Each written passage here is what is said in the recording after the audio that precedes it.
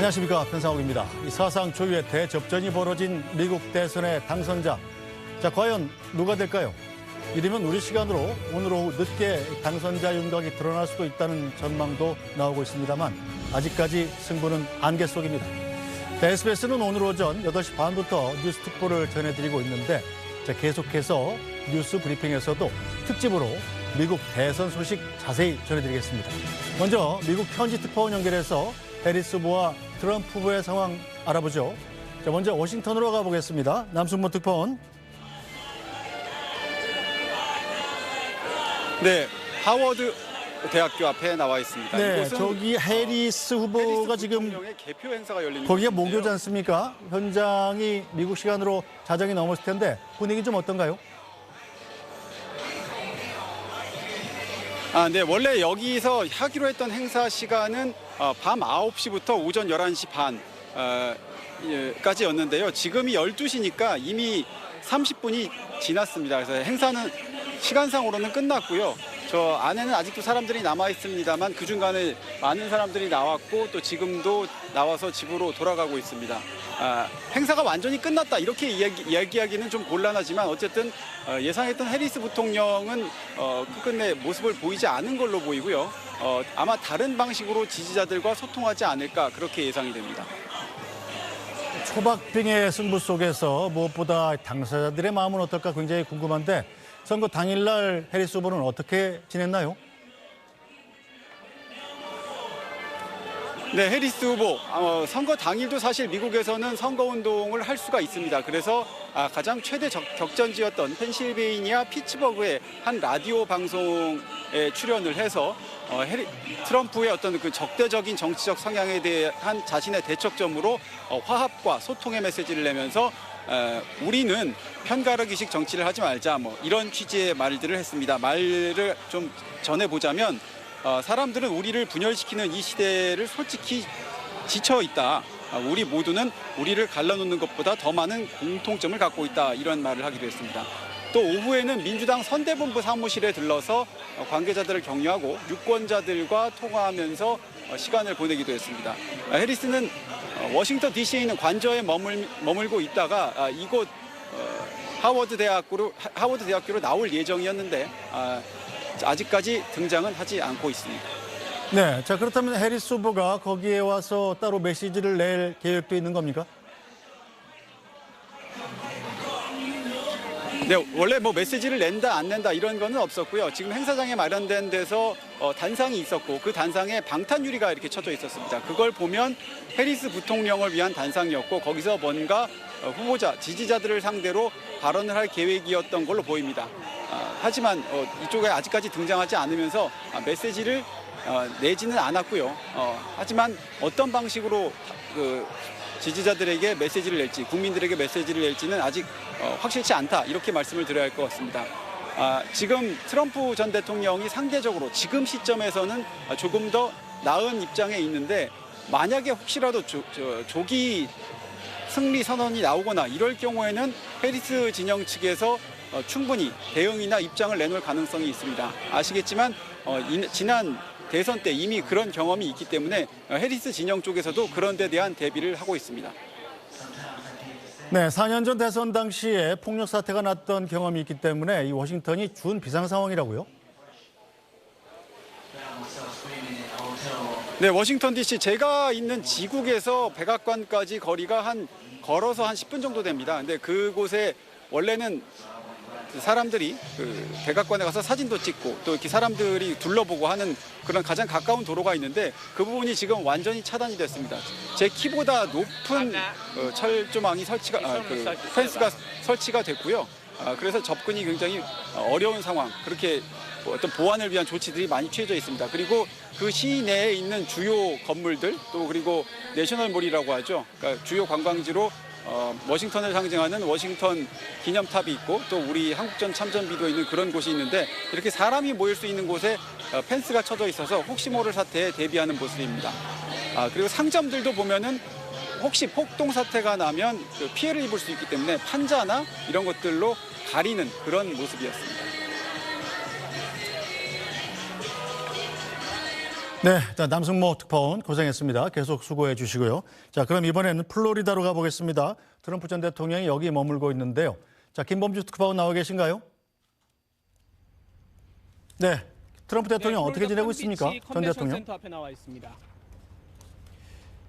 네, 지금 이곳에는 트럼프 전 대통령의 지지자들이 모여서 트럼프 전 대통령이 오기를 기다리고 있는 상황입니다. 이 플로리다는 선거 초반에 트럼프 전 대통령이 승리를 확정지어서 이미 선거인단 30명을 바로 확보했을 정도로 트럼프 전 대통령의 정치적 기반이 탄탄한 곳입니다. 가면 갈수록 이 안에서 지금 환호성이 올라가고 있어서 밖으로 소리가 새어나오고 있고요. 이 바깥의 도로에서는 차들이 다니면서 경적을 울리면서 승리를 기뻐하고 있는 상황입니다. 그런데 아직 트럼프 전 대통령은 모습을 보이지 않고 있습니다. 여기서 차로 한 10분 정도 떨어져 있는 본인 소유의 마라라고 리조트에 아직 머물고 있는 걸로 파악이 되고요. SNS에 계속 글을 올리고 있었는데 1시간 반 전에 글을 올린 이후로는 지금 일단 글이 끊겨 있는 상태입니다. 그래서 선거 상황을 지켜보면서 지금 이곳으로 나올 시기를 저울질하고 있는 걸로 파악이 됩니다. 일단 가장 중요한 것이 경합주인 펜실베이니아의 상황으로 파악이 되는데 80% 이상 개표가 된 상황에서 4%포인트 가깝게 트럼프 전 대통령이 이기고 있는 상황입니다. 4년 전 상황을 돌이켜보면 비슷한 상황에서 트럼프 전 대통령이 새벽 2시에 백악관 기자실에서 승리 선언을 했었는데 지금 이곳이 자정을 간 넘겨서 이제 날짜가 바뀐 상황입니다. 그때랑 굉장히 상황이 유사하다 이렇게 말씀을 드릴 수 있겠고요. 트럼프 전 대통령이 이제 저울질을 하고 있는 상황인데 저희가 있는 곳 바로 옆에 도로가 이 컨벤션 센터로 들어가는 지림로가 있습니다. 그래서 한 5시간 전쯤에 경찰들이 예행 연습을 했었는데 경찰차와 오토바이들이 오토바이만 한 50대 정도가 따라오는 걸 볼 수 있었는데 아직까지는 그런 모습까지는 보이지 않고 있습니다. 그런데 임박했지만 아직은 좀 더 기다려야 될 것 같다 이렇게 말씀을 드리겠습니다. 오늘 여기서 지금부터 여기 시간으로 새벽쯤에 아마 트럼프 전 대통령이 도착할 것 같은데 우리 시간으로는 늦은 오후가 되지 않을까 그렇게 예측이 됩니다. 혹시 트럼프 전 대통령이 등장을 하면 다시 연결해서 소식 전해드리도록 하겠습니다. 지금까지 플로리다 팜비치였습니다. 네, 자, 김범주 특파원 고생 많습니다. 계속 수고해 주시고요. 네, 전 세계에 이목이 집중된 미국 대선 소식은 이제부터 이현식 SBS D 콘텐츠 제작위원, 김인환 이화여대 정치외교학과 교수, 아산정책연구원 차두현 수석연구위원, 또 안현모 외신캐스터와 함께 자세히 짚어보겠습니다. 네 분 어서 오십시오. 네, 먼저 안현모 캐스터. 자, 미국 언론들이 대선 투표가 끝난 뒤에 우리는 당선자가 누군지 모르고 잠들 것이다. 뭐 이런 얘기를 했다던데, 자, 실제로 뭐 잠을 잘 못 주무실 것 같아요, 미국 분들은. 현재 개표 상황은 어떻습니까?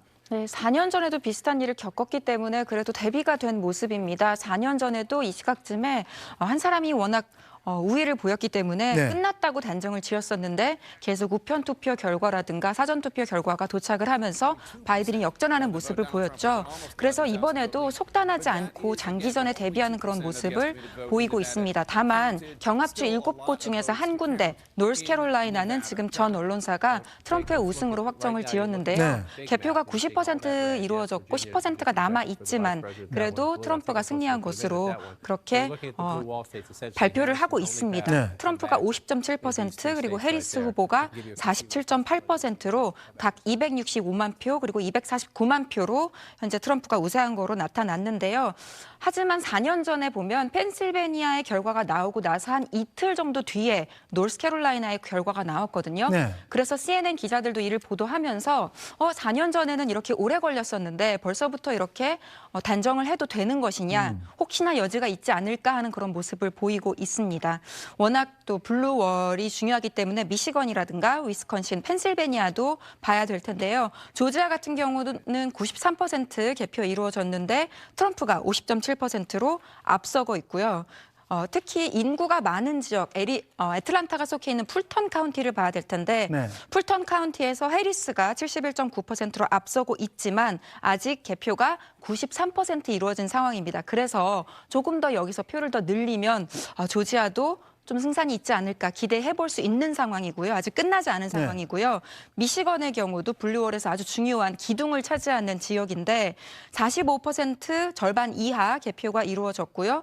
트럼프가 51.2%로 해리스를 다소 앞서고 있습니다. 그리고 마지막으로 또 가장 중요한 격전지인 펜실베니아가 남아있을 텐데 네.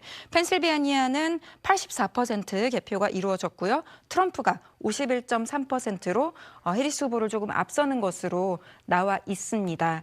하지만 확실하게 트럼프가 승리했다고 지금 단정을 짓고 있는 곳은 노스캐롤라이나 한 곳이기 때문에 블루월이 어떻게 되는지를 계속 끝까지 지켜봐야 하는 상황입니다. 펜실베니아의 개표가 굉장히 늦어질 거다라는 기사가 많았었는데 생각보다 좀 개표 속도가 빠른 것 같습니다. 네, 하지만 이 개표 속도라는 게 1%포인트 단위로 계속 같은 속도로 비례해서 느는 게 아니라 처음에 90%였다 갑자기 99%가 될 수 있는 거거든요. 네. 한꺼번에 무언가 개표함에 담아뒀던 용지를 개봉한다든가 이런 상황이 일어날 수 있기 때문에 뭐 해리스 후보의 캠프 같은 경우는 오늘 밤에 잠을 자자라고 말은 했지만 네. 눈을 붙일 수 있을까요? 아마 새벽에도 계속 뜬 눈으로 어떻게 변화하는지 지켜볼 것 같습니다. 네, 정말 손에 땀을 쥐게 하는 접전입니다. 자, 이현식 의원. 네. 자, 미국의 한 쪽집게 통계학자 네이트 실버라는 분이 네. 투표 당일날 0시에 예측 모델을 8만 번을 돌렸더니 네. 해리스 후보가 0.03%포인트 차이로 이긴다. 네. 이런 결과가 나왔다고 그래요? 글쎄 뭐 지금 개표 결과가 들어오고 있는 상황에서 이제 예측 모델을 얘기하는 게 조금 시점이 늦은 것 같긴 하지만 네. 어쨌든 이번 선거가 얼마나 그 비등한 그 치열한 경쟁 상황이냐를 볼 수 있는 얘기여서 조금 말씀을 드리면 8만 번을 돌려보니까 해리스가 이기는 걸로 4만 12번 나왔다 그래요. 그러니까 12번 더 나온 거예요. 4만 번에서 12번. 예. 그래서 승률을 계산을 하니까 50.015%로 해리스가 이길 것 같다. 네. 근데 이게 동전을 던졌을 때 동전의 앞면이 나올 확률이 50.5%인데 그거보다 작다는 겁니다. 그러니까 네. 이거는 사실은 모르겠다는 것과 이제 비슷한 얘기라고 볼 수가 있고요. 또 이코노미스트나 그 538 같은 현재 지금 그 여론조사를 바탕으로 이번 선거 예측을 상당히 충실하게 해온 전문적인 기관들도 일단 예측 모델을 돌렸을 때는 해리스의 당선 가능성이 조금 더 높다라고 얘기는 해왔습니다. 그런데 이게 어쨌든 지금까지의 과거 데이터를 가지고 추정을 한 거잖아요. 그런데 네. 선거는 그 이후로 실제 선거일에 투표함 앞에서 어떤 일이 벌어질지 모르는 거 아닙니까? 그러니까 오늘 실제로 얼마나 투표를 했느냐에 따라서 또 결과가 이런 예측과는 달라질 수가 있을 것 같습니다. 네, 자, 미국 대통령 선거 결과 정말 통계적, 수학적으로는 예측이 불가능한 상황입니다. 자, 어제는 이현식 의원께 질문을 드렸으니까 오늘은 차두현 의원님과 김연한 교수께 질문을 드리겠습니다. 자, 두 분은 그냥 개인적인 생각, 개인적인 느낌을 전제로 하겠습니다. 네. 책임 안 지시는 조건으로 누가 되실 것 같아요? 저는 그 아침에 개표가 시작될 때만 해도 네. 해리스 쪽에 찬수가 꽤 많을 걸로 봤는데요. 네. 지금 사실은 생각보다는 여전히 샤이 트럼프 표 그리고 네. 실제로 당일날 추세를 무시 못한다라고 봅니다. 그런데 다만 지금 펜실베니아 같은 경우에 네. 지금 표차가 줄어들고 있어요. 예. 그리고 이제 여전히 지금 트럼프 전 대통령이 우위를 보이고 있는 미시간이라든가 이 지역도 개표가 충분히 되지 않았기 때문에 사실은 뒤에 우편 투표나 이런 것들을 생각을 할 때는 네. 예, 그렇게 생각을 할 때 조지아를 가져가더라도 노스캐롤라이나 이미 가져갔죠. 그러니까 펜실베니아가 관건인데요. 네. 지금 추세로 보면 저는 여전히 해리스에게 조금 더 찬스가 있지 않을까 생각을 합니다. 역시 0.01%라도 해리스가 유리하다 이렇게 네, 생각하시는군요. 자, 김인환 교수님 어떻게 생각하십니까? 이번 선거는 정말 이거 영어로 말하면 too close to call, 네. 그다음에 경합주 토스업, 동전 던지기, 네. 정말 그거라고 말씀을 드릴 수가 있는데요. 그래서 저는 정말 판단 유보라고 말씀을 드리고 싶지만 그래도 제 정말 개인적인 생각을 그냥 말씀을 드린다면은 트럼프가 유리할 것 같다라는 네. 그런 말씀을 좀 드리고 싶습니다. 지금 현재 그 예상 큰 이변은 아닙니다. 사실은 경합주긴 했지만 노스캐롤라이나는 전통적으로 공화당이 강세인 지역이었고, 그다음에 조지아 같은 경우는 아직 결과는 나오지 않지만 어떻게 보면 우리가 예상했던 대로 좀 앞서가 있는 그런 형국인데, 네. 결국은 이 두 주를 일단은 트럼프가 가져간다고 가정을 했을 때 결국은 이제 차두현 우리 위원님 말씀하신 것처럼, 박사님 말씀하신 것처럼 펜실베니아가 가장 이제 중요한 그런 격전지가 될 것이고, 그다음에 또 말씀하신 그 나머지 두 개의 그 블루월드, 미시간이나 위스콘신 그 두 개가 이제 문제가 되는데, 일단 저는 그거를 떠나서 지금 몇 가지 좀 이렇게 예전에 그냥 누가 가져가냐 안 가져가냐 몇 주에서 어떤 차이가 나타났느냐 이것보다는 좀 그 전에 기저에 좀 깔려 있는 여론의 흐름만 네. 좀 봤으면 좋겠어요. 그게 뭐냐 하면은 적어도 해리스에 대해서는 소위 말하는 직무 평가가 굉장히 낮은 겁니다. 미국에서 한마디로 바이든의 얼굴이 겹쳐 보이는 거죠. 그다지 이제 존재감은 없는 부통령이라고 그렇습니다. 평가를 했었죠. 바로 그렇습니다. 그리고 또 하나 이제 재미있는 건데 이게 한 2주 전인가 월스트리트저널에서 나왔던 여론조사였는데 그게 뭐였냐면은 미국이 잘못된 방향으로 가고 있느냐라는 거에 대해서 yes or no라고 하는 걸 물어보는 그 질문이 있었어요. 네. 근데 이번에 2024년 10월에 해보니까 64%가 미국이 잘못 가고 있다라는 말을 했습니다. 근데 2020년 같은 경우 트럼프랑 바이든이 붙었을 때 그때 그 퍼센테이지가 얼마였냐면 60% 정도 됐고요. 네. 그리고 그 다음에 2016년 선거 그때 힐러리 클린턴과 트럼프가 붙었을 때 경쟁을 했을 때 그때도 65%가량 됐어요. 근데 제가 말씀드리고 싶은 거는 바로 그렇게 사람들이 유권자들이 미국이 잘못된 방향으로 가고 있다라고 생각을 했을 때 정권이 바뀔 가능성이 있다. 적어도 과거에 몇 개의 그 선거를 돌아봤을 때는 그렇다면 저거 근저에는 지금 어떻게 보면은 트럼프에게 유리한 그런 그 분위기가 조성돼 있지 않나 싶은 생각이 들고요. 그리고 또 하나 말씀드리고 싶은 거는 사람들이 뭐 샤이 트럼프, 뭐 히든 해리스 뭐 이런 얘기 하는데 네. 뭐 히든 해리스는 잘 모르겠습니다. 아직까지는 뭐 우리가 경험적으로 증명된 바가 없기 때문에 하지만은 우리가 트럼프의 선거를 2016년과 2020년을 돌아봤을 때는 분명히 존재하고 있다라는 것을 말씀드리고 있을 수 있잖아요. 왜냐하면 그 힐러리 클린턴이 2016년 선거에서 앞서고 있었는데 결국은 트럼프가 뒤집었었고 그렇죠. 그리고 2020년 선거에서는 바이든이 앞서가고 있었지만은 사실은 각 주별로 경쟁을 해서 까놓고 봤을 때는 물론 대중투표는 바이든이 이겼지만 네. 결국 그 차이는 트럼프가 굉장히 좁혔던 걸 생각한다면은 분명히 이번 선거에도 그 트럼프에 대한 어떤 잠재적인 표가 샤이 트럼프가 있다라고 봐야 될 것 같습니다. 네,